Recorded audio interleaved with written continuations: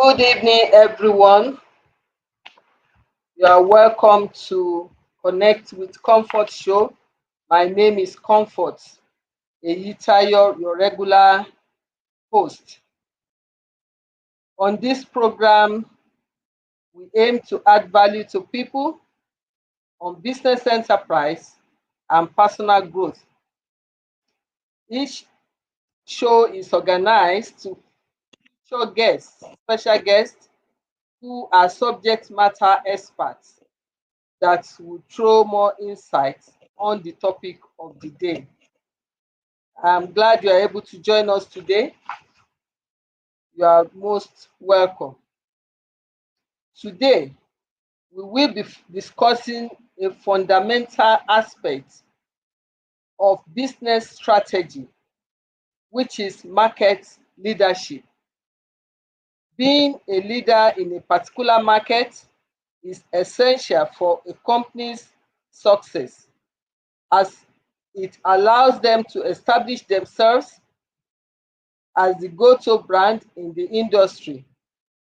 However, becoming a market leader is not an easy feat, as it requires combination of various factors such as innovation, customer satisfaction, operational efficiency, and effective marketing strategies.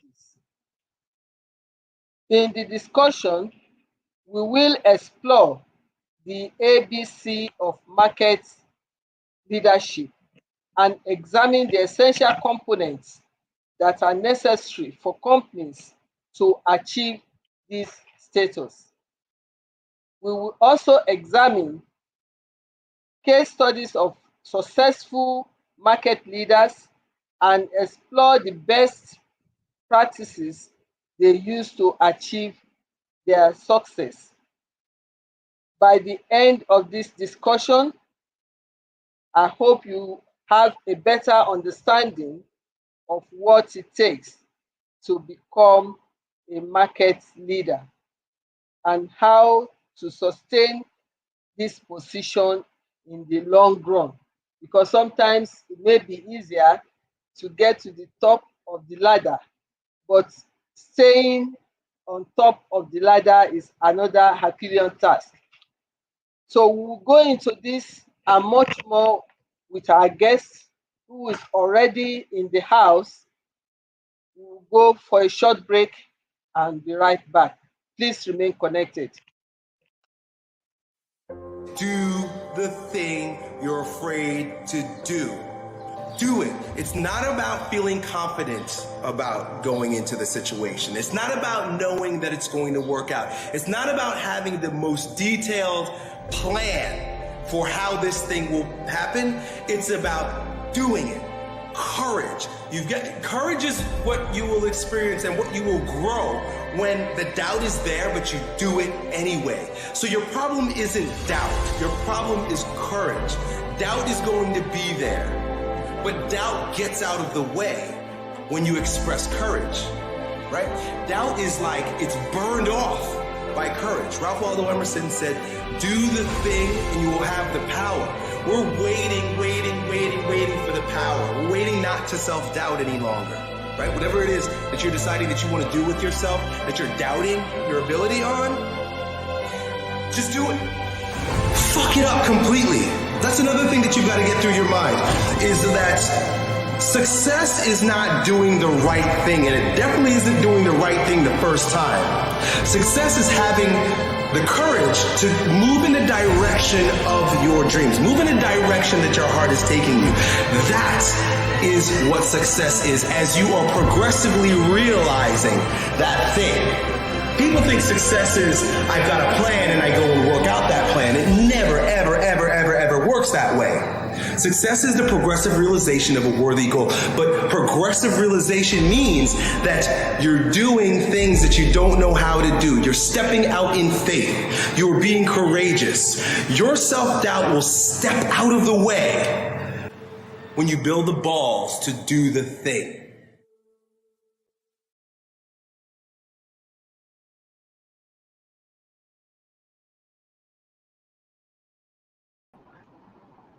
You are welcome back.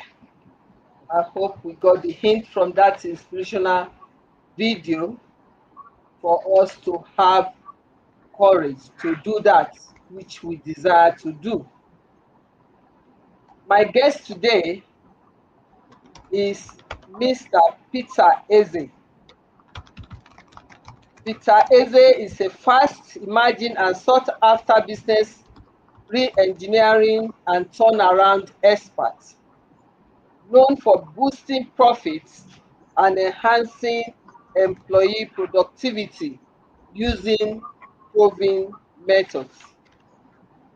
He is the lead promoter of iPoint, a change management company with hands-on experience in executive business coaching and delivery of road to profit solutions. He is also a growth consultant who supports organizations and business owners to build fast-growing and profitable institutions in the digital age by instituting systems and technological-driven operations. Peter has been entrusted by organizations like Diamond Bank, BTS Energy, Daystar, Bell Diagnostic, Strategem Energy Management Company, and more like that, just to manage a few, where he has managed several training sessions on negotiation skills, marketing, service management, leadership, workforce productivity, as well as corporate retreat across sectors. You will agree with me that today we have an expert in the house. If I go on his profile, we'll probably not finish it before the end of the program. So I just crave his indulgence to stop it at that short intro. Yeah. But just to let us know that we have an expert to do justice to the topic at hand. The topic we're examining today once again is the ABC of market leadership. Without much ado, ladies and gentlemen, join me in welcoming our guest of today, Mr. Peter Eze. You are welcome. Thank you very much, Ma. Thank you. Thank you for the opportunity. Thanks. I'm happy to be here. Great to have you. So we go straight with some of our questions, and the first on the list is, what is market leadership and why is it important in business? All right. Thank you very much, Ma. I'd like to first appreciate this the organizers of this program, most especially Mrs. Comfort Eyitayo, for this opportunity to be on this platform. The impact has been resonating. The impact of your program has been resonating quite widely, and I'm hoping that I will just add my little token to the great work you're already doing. Once again, thank you for having me. Okay, to start with, I think by definition, market leadership is when a company dominates a particular industry or market or product line. You know, you say that you are a market leader.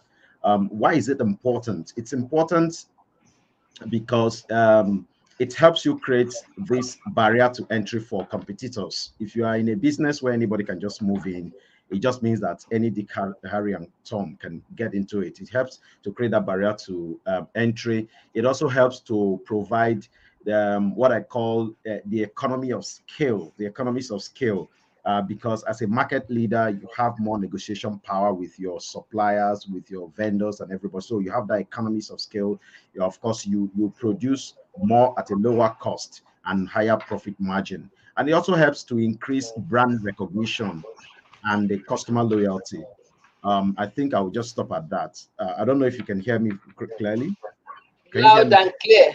All Loud right, and great. clear. Oh, great, great. That's So those are that's just beautiful. my, I will just keep it at those three. Yes, Thank you. I appreciate. What are the key characteristics of companies that achieve market leadership? Okay, so I will start with the most critical one. Interestingly, the one that we tend to overlook: vision, vision and strategy. There has to be an aspiration that you're working towards. I will permit myself, and I will crave the indulgence of my host to allow me make mention of a few of them. You know, um, Elon Musk has been for a very long time making mention of the day that cars will run without um, um, um, um, petroleum. The days that cars will run without oil. It looked crazy, but he saw it. He created a vision.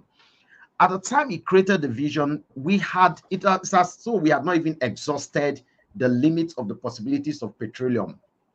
But he sat down and he said, is there the possibility that one day automobile will run without? Because of course, one of the large consumers of the petroleum product, that oil, is automobiles. So he created a vision. So for a companies that achieve market leadership, they have clear vision. They are clear as to the future, and they have a strategy. Strategy is the work plan. How do we get there? They have that vision and strategy. The second thing is that any company that will eventually attain market leadership must have an obsessive focus on the customer. If the purpose of just running a business is just to make profit, you've lost it. You've lost it yes, you make money, but you are not going for that market leadership. It's about the focus on customers. I recall that there was a time, there was this thing driving Dangote.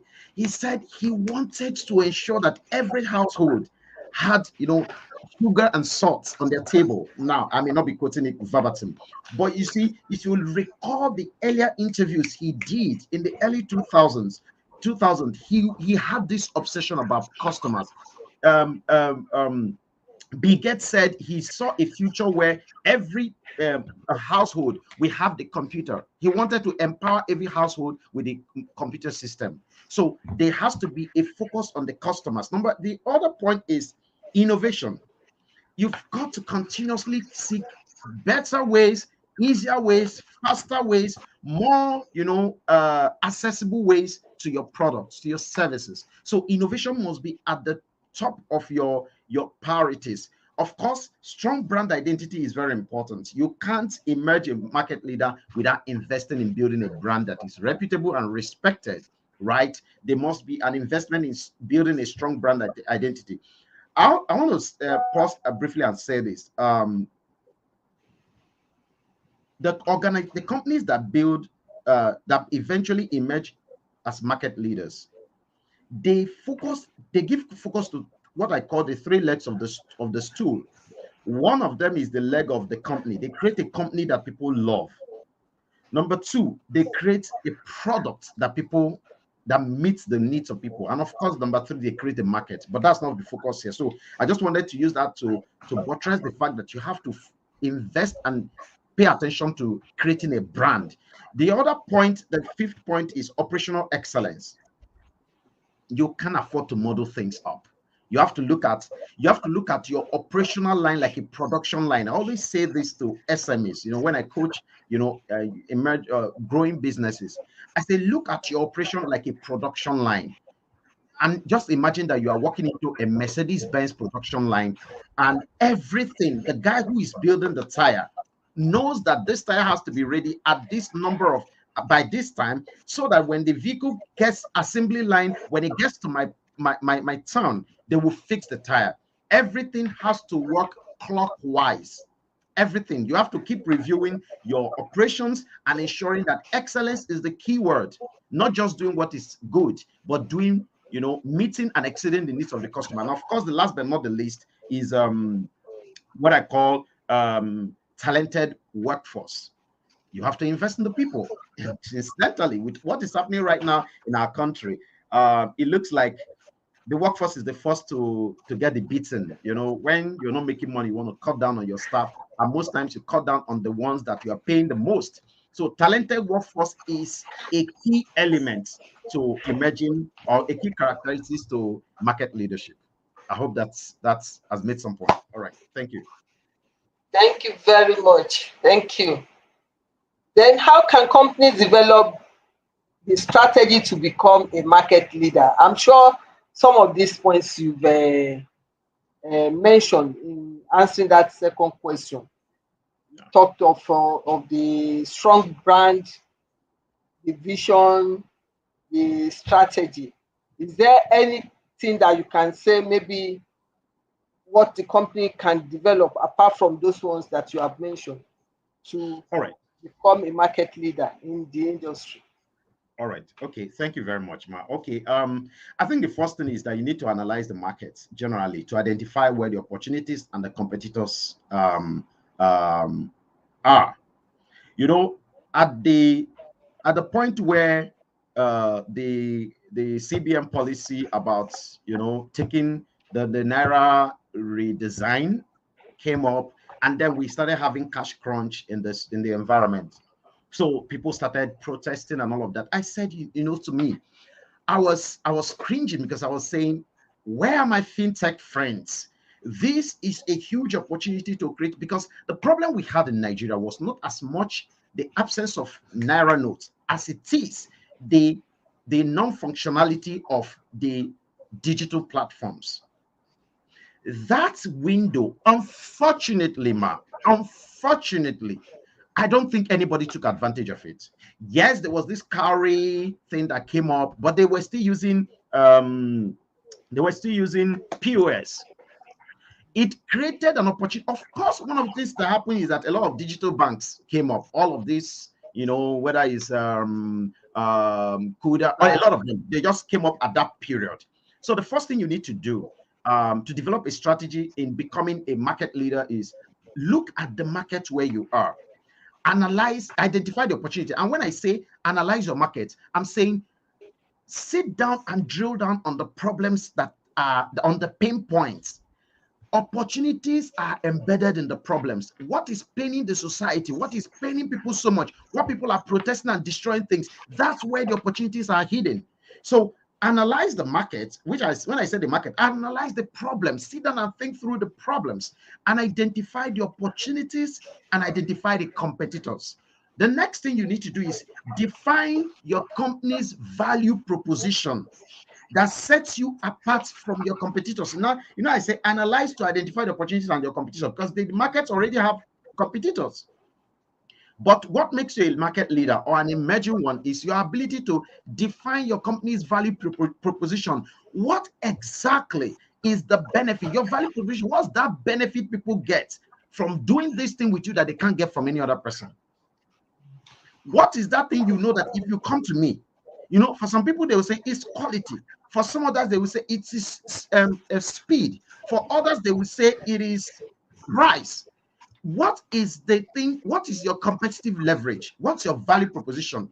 Number three, identify the strategic priorities. Now, when you know what your value propositions are, what are your strategic priorities? It could be that, okay, for example, I mean, I'm in the process of I'm about launching a project, and one of the strategic priorities became declared to me a few days back that there is a huge investment in media that needs to be made, because that project is going to be media driven. So for me, my strategic priority is investment in media tools, equipment.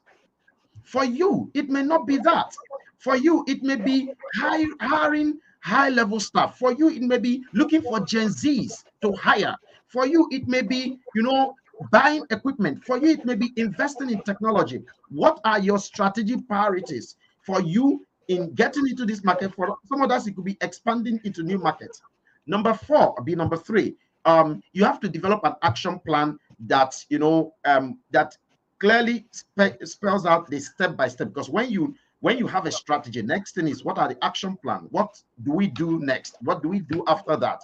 And of course, when you have your action plans, the last but not the least is track your progress. Track your progress and ensure that you are following through. And when you see that you have taken a detour, do a course correction. All right. So I hope that's clear. Thank you. Thank you very much. You have given us so much hint on how to become a market leader and possibly retain that position. But let's identify some of the mistakes that companies are making in the process of becoming a market leader. What are those mistakes that we can avoid? Okay. All right. So I think the first one, and I think um it's very relatable when you look at our client. The first one is focusing so much on the short term gains, at the expense of long term strategy. There's a way the economy of our country can hit you, and all you are thinking is, how do I pay in the next month's salary or this month's salary? Whilst that, and these are obvious realities, right?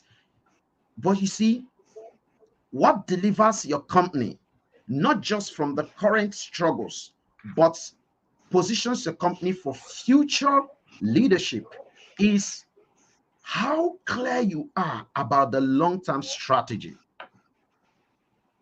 They said that the best player in the field is not the one that is holding the ball. No, the best player is the one who knows where the ball is going and runs there to position for the ball. So that best player plays the ball like a chess. So you've got to play the business environment like a chess and say to yourself, where is this thing going? You've got to play it like the sycamore tree and the Zacchaeus. I mean, if you can't relate to that, don't worry. Okay, so that's the first one. When people focus too much on the short term, the next point is neglecting customers' needs and preferences. And unfortunately, I think our Nigerian commercial banks are failing woefully in that. I think they failed, to recognize that what the average Nigerian was just asking for is, give me a guarantee. I mean, we lost the what I call my foster family in Lagos, a family I stayed with, the Ishola family. We lost the father early this year, and we went for the burial in Ilorin. Ma'am, we went there, that burial, a few millions were spent, but the physical cash that was taken there was less than 120,000. How could we have gone to do a full burial that took a few millions, and we went with less than 100,000?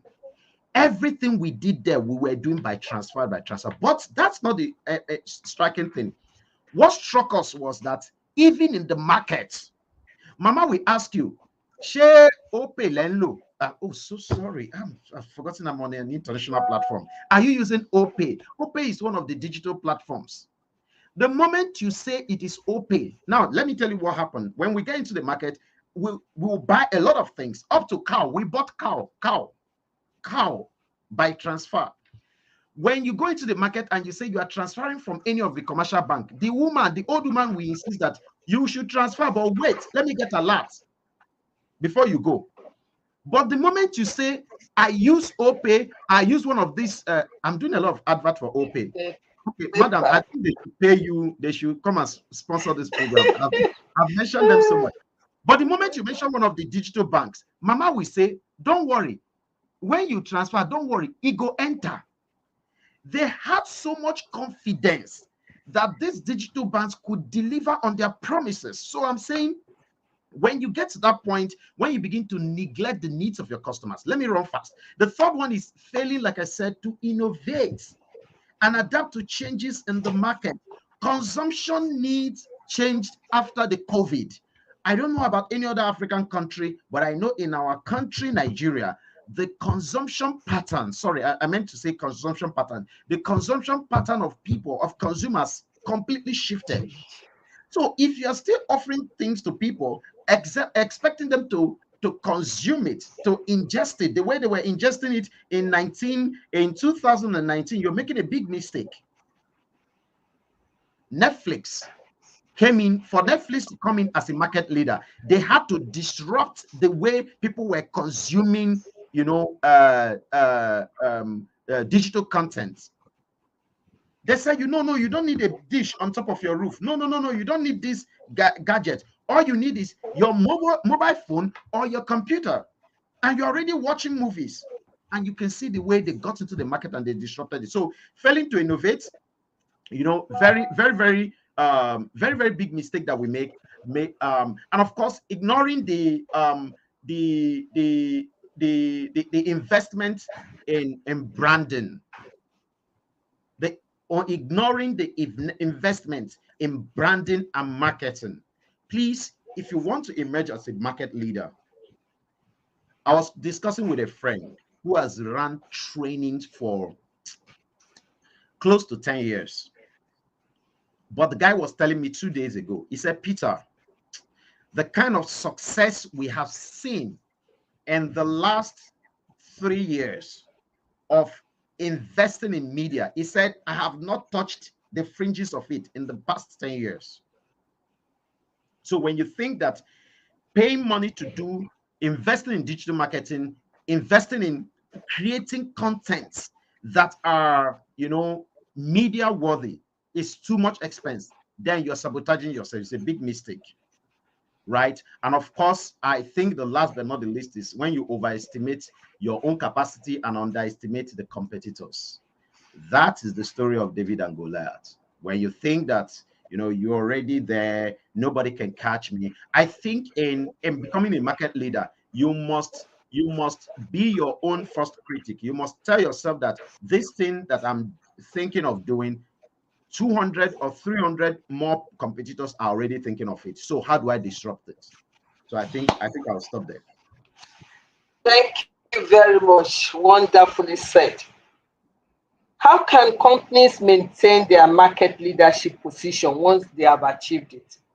We have learned how they can achieve it. We have learned the mistakes that could prevent us from getting there. After getting there, how do we maintain that leadership? All right. Okay. I think I'll probably just reiterate some of the things I've said earlier. Invest, develop a strong and talented workforce. Invest in your people, please. If you can't hire the people that fit the profile of the type of customers. So I'm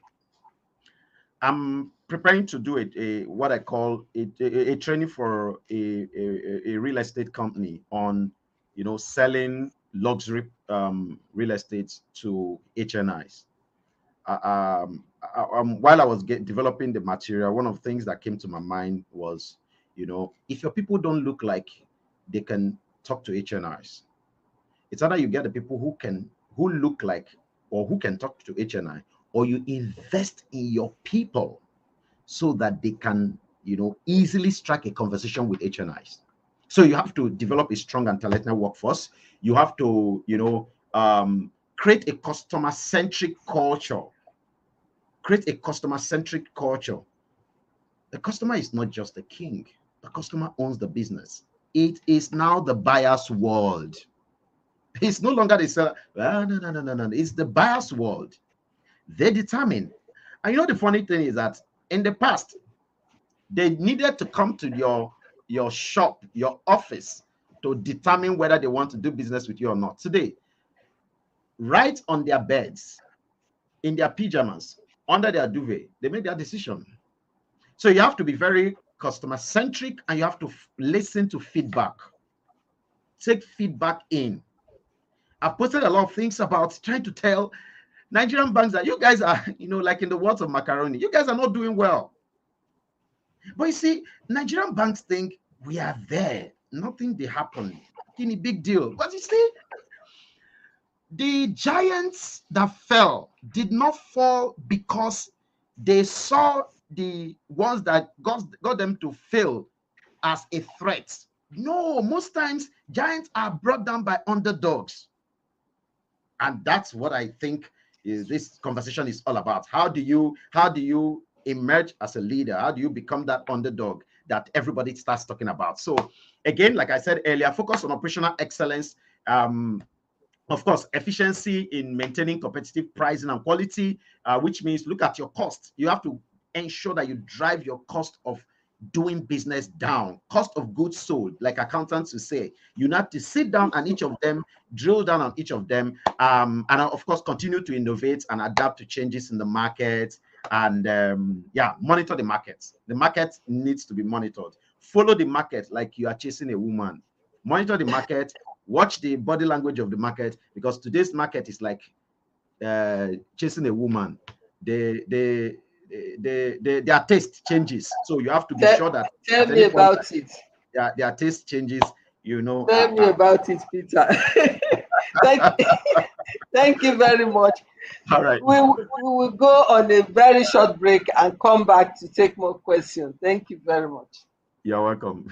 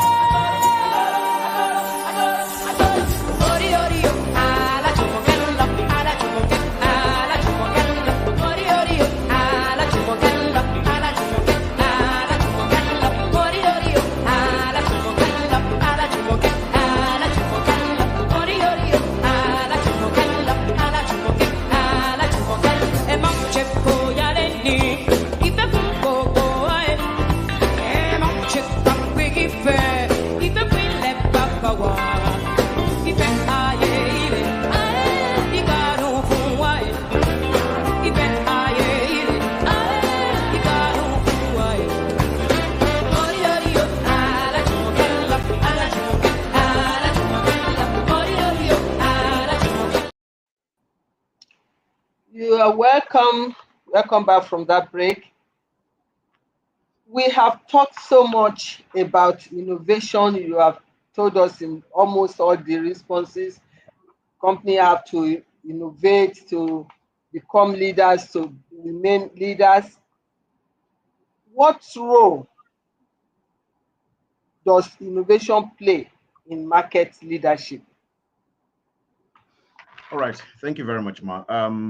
Yes, you're right. I think innovation plays a very important role in market leadership, in the sense that it allows you to develop new products. It's innovation that helps you, it helps you, there's a word I'm looking for, level up your services. Innovation allows you to re-engineer your processes to meet the evolving customer needs, because the taste of the customer, keeps their preferences, keeps evolving. So innovation is one thing that will help you to do that. It also helps you to stay ahead of the competition and maintain that thing that is called your competitive advantage. Innovation does that. And a classic example is Apple. They keep, Apple just never rests. They just keep, you see iPhone 11. iPhone 11 came and was busting everybody's brain. But today you have 12, you have 12 Pro Max, you have iPhone 13, and they are still going. The reason, the essence of the new names you are hearing is just telling you that we have innovated. Innovation helps you to keep. That's why you are buying a car today and they're telling you it's 2023 model. It's not different from what was there in 2021, but they've found out that, when people drove this car, they complained about this, they complained about that. Innovation is taking all the feedback, all the complaints, and putting it together, translating it into product benefits, product features that the customer sees as benefit to them. And of course, the last but not the least is that organizations that prioritize innovation are very likely to, emerge as market leaders, undoubtedly. All right. Thank you very much. How can companies effectively compete against established market leaders? Like I'm coming into this industry now, and I know there's an already established market leader. How can I compete effectively with such market leader? All right. Okay. So let me, okay, maybe let me use it as a case study, if you don't mind. All right. So the first thing is you have to differentiate your offering. You have to differentiate by offering something that is unique, right? Your value must be unique. Or you have to come in with a new approach. You may be offering the same product, but your approach to it could be different. So just, which is why they always say create a competitive analysis table. When you have that table that says, excuse me, Lagbaja, Hassan, Kunle, Obinna, they're already doing exactly the same thing. What are the things similar among them? What's Hassan doing that Lagbaja is not doing? What's Lagbaja doing that Kunle is not doing? What's Kunle doing that Obinna is not doing? But all in all, 4 or 5 of them, they are doing 1, 2, 3, 4, 5, 5, 6, 7. What are they not doing that the customer wants? That's where your competitive edge comes in. So you have to, differentiate by offering something unique, or offering going by a new approach to the market. Secondly, you have to focus on a niche market or an underserved customer segment. I don't know why I keep going back to the banking sector. I think that more than any other time, the power, the density, I'm looking for a word, the density, the largeness, the population of the bottom of the pyramid has become apparent. The central bank said they wanted to redesign Naira, and you could see how Ghana must go. Sacks of Nairas that were stored in people's shops, homes, under the beds, started coming out. That market is underserved by the digital platform. So again, coming back again to the analogy of let's use Mrs. Comfort's business, is focus on a niche market or an underserved customer segment. There are segments that a lot of the big players are not looking at. You can look at one of those as your niche and focus on them. Number 3, leverage technology.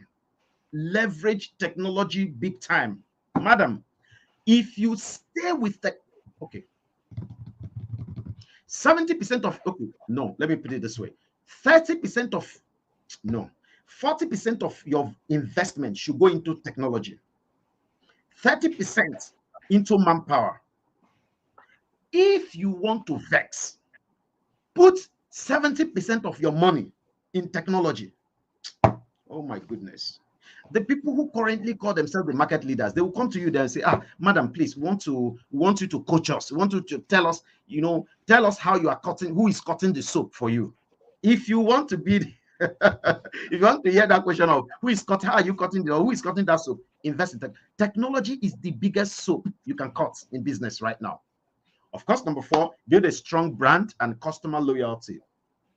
And how do you generate customer loyalty? Just ensure that the next customer is impressed, pleased, so that you can get your customers to become your raving fans. They are the ones that carry the story everywhere. There's a young lady in Computer Village. Her name is Olamide. I'm not ashamed to mention Olamide anywhere. I have introduced anybody that I know to Olamide. She repairs computer in Computer Village. She sells computer. But that lady, if the problem with your computer is caused by village people, that lady is going to resolve it. She is too good at what she does. She has won me. When a computer repair is beyond her, just know that computer has been killed and is supposed to be buried. But her, and there's one guy, I forgot, Alpha, we call him, I've forgotten his name. 2 of them, a guy and a lady. Olamide, that lady she's an app. She's a spirit. Now, this is me. She's not paying me anything. No. But everybody that I know, in fact, it's so bad I went to pick my child in his school and I saw the gate man, their security man, the school security men, they were discussing. The security man was asking the driver, where can I buy computer? That one said, go to Oshodi. I said, if you go to Oshodi, those guys will sell you, they will give you carton that looks like, because those guys, you can't even trust what you are getting. And I said to him, come, you want to get computer, you want to buy computer B, go to Computer Village. I gave her the number of Olamide. Ask for Olamide. If Olamide says a computer that has a problem, call me. Nobody in over 7 years of knowing this lady, nobody that I've directed has said, one, that she cheated, two, that she did a shoddy job, three, that she had arrogance issue. You know, like Nigerian market, when you want to buy, you are auntie, you are sweetheart. When you have bought and it has an issue, you are wahala. So build customer loyalty, you know, by just ensuring that you impress the next customers to the point that they take your story and they are talking about your program, you know, just like I'm talking about Olamide. Of course, then the next thing is offer superior customer service. I mean, just following through, and then look for as many collaboration and strategic partnership as you can. The cost of going up now is too high for you to want to go it alone. Look for customers. Collaboration. Look for partnership. The language, the speed language of the digital age is collaboration and partnership. So look for alliances, collaboration. So I would say for Mrs. Comfort's business is, what are the international bodies you can go into partnership with? You can go into collaborations with, so that it now becomes this program in collaboration with this, presenting that. And of course, again, innovates to create new products and services. I can't say too much about innovation. And whatever you are creating must meet changing customer needs. All right. Thank you. Thank you very much. What is the impact of technological advancements on market leadership? All right. All right. So again, I think I'll just reiterate a few of the things that I've said earlier. The advancement of technology has enabled companies to develop new products and services, or create new business models. That's one. Organizations that leverage technology to innovate and adapt to changing customer needs are likely or more likely to emerge new leaders. All right.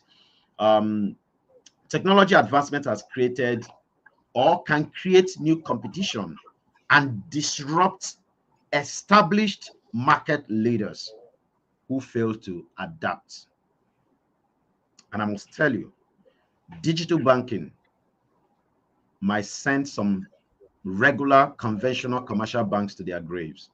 I'm sorry to say that, but that's about to happen. Because digital, come to think of it, a typical bank that you know in Nigeria has huge assets.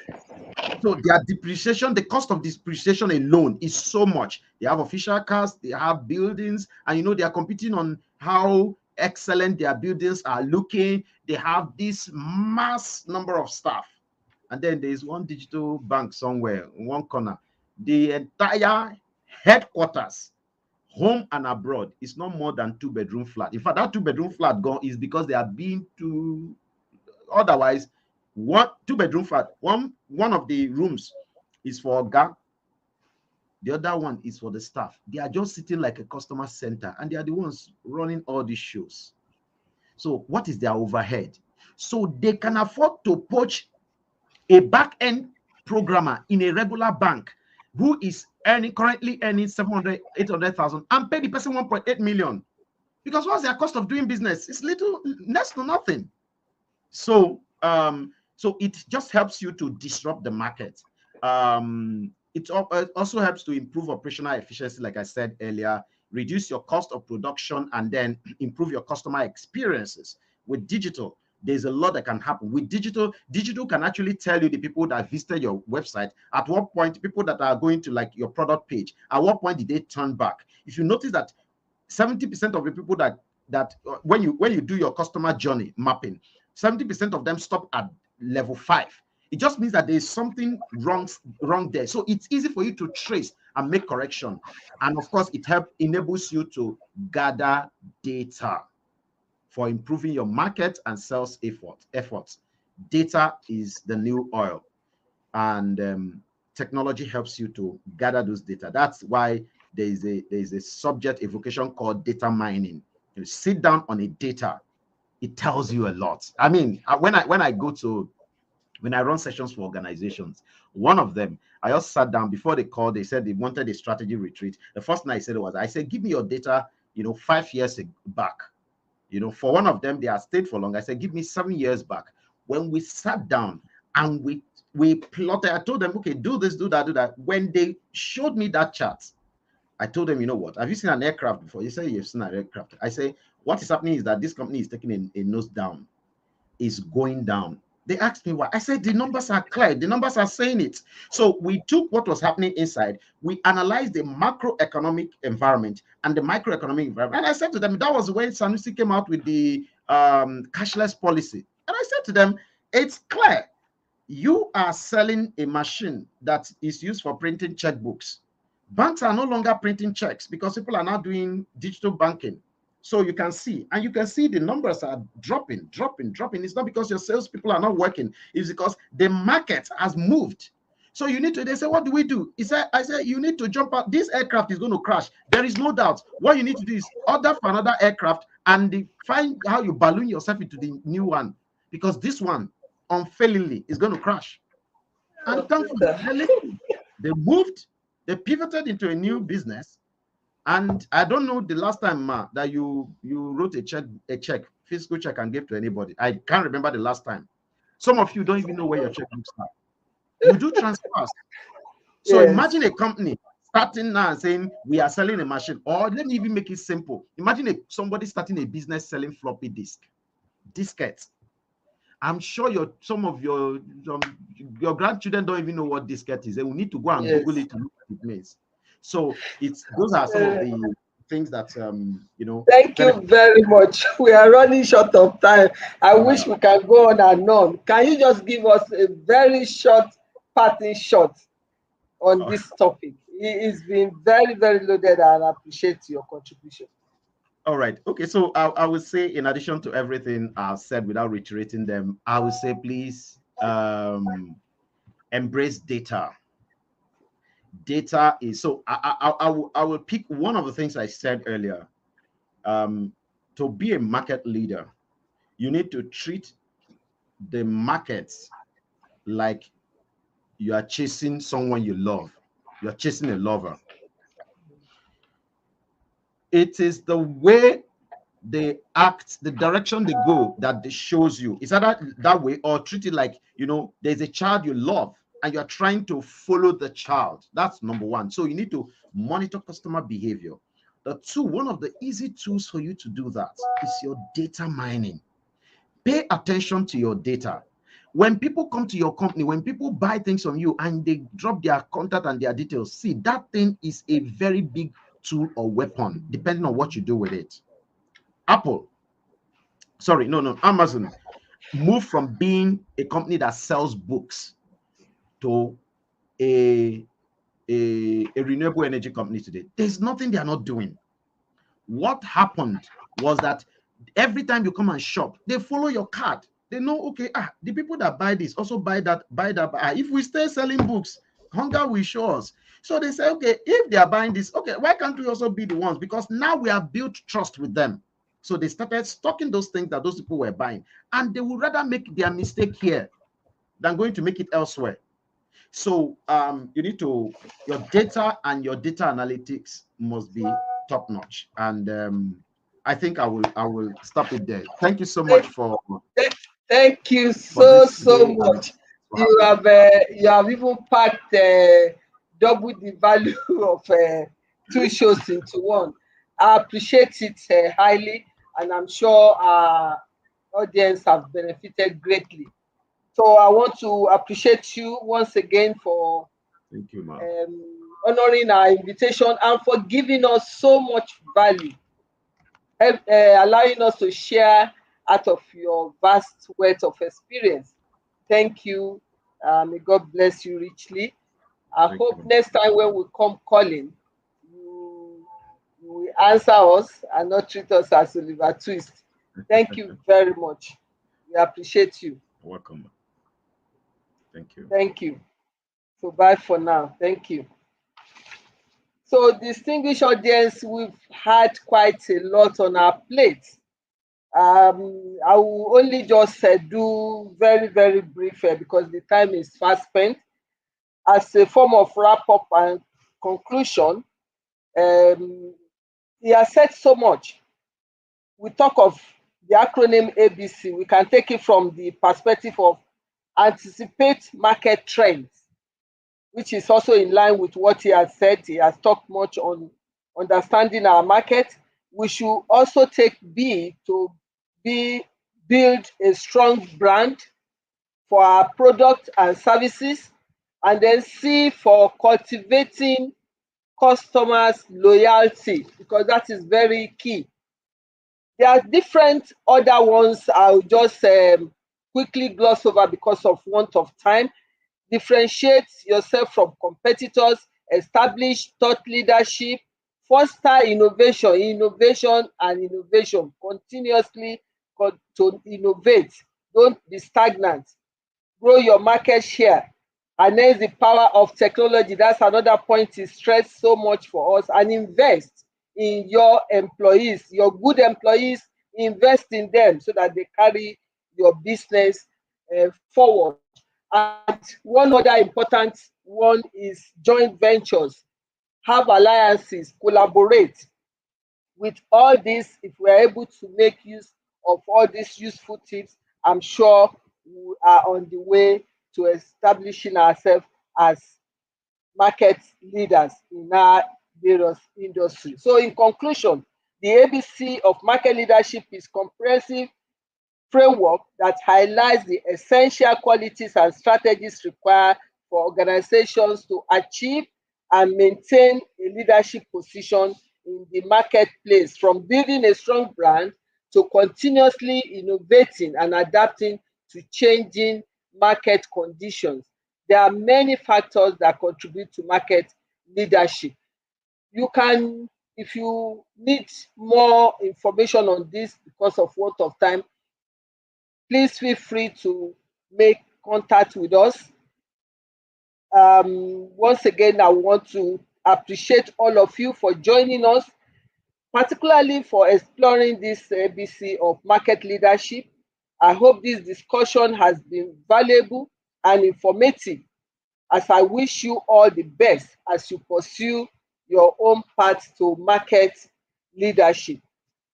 Permit me to also appreciate Taiwo Ojo joining us from Abuja. Thank you, Taiwo, for joining us. I would like to appreciate all other online audience for joining us today and for following us all the time. We have I appreciate King T also for joining us. So we are rounding up. Like I said, feel free to make contact on areas that you need more information or clarification on any of the topics we have shared with you.